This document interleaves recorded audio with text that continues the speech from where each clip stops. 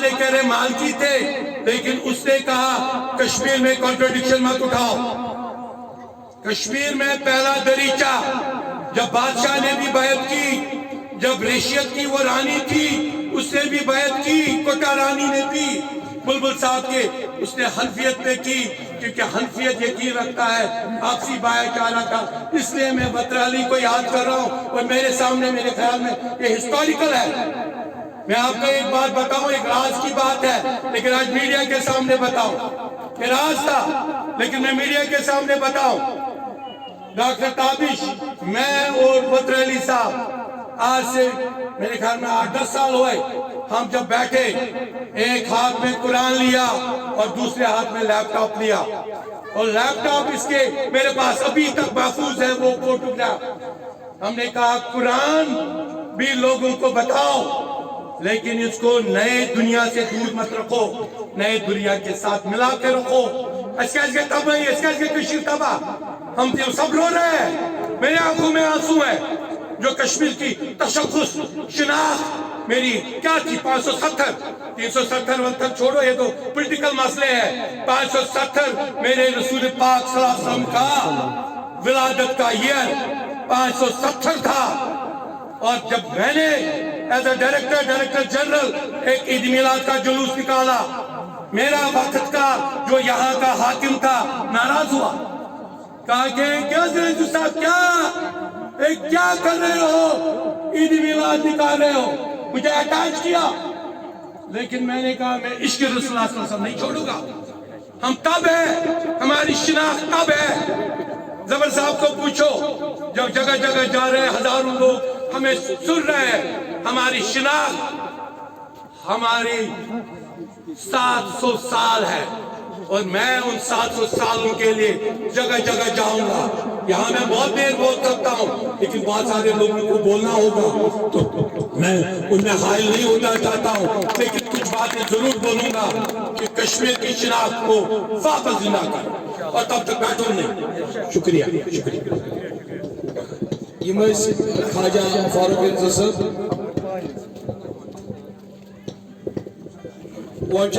doctor Syed Mushtaq Ahmad بخاری صاحب M تہ کرن تبصر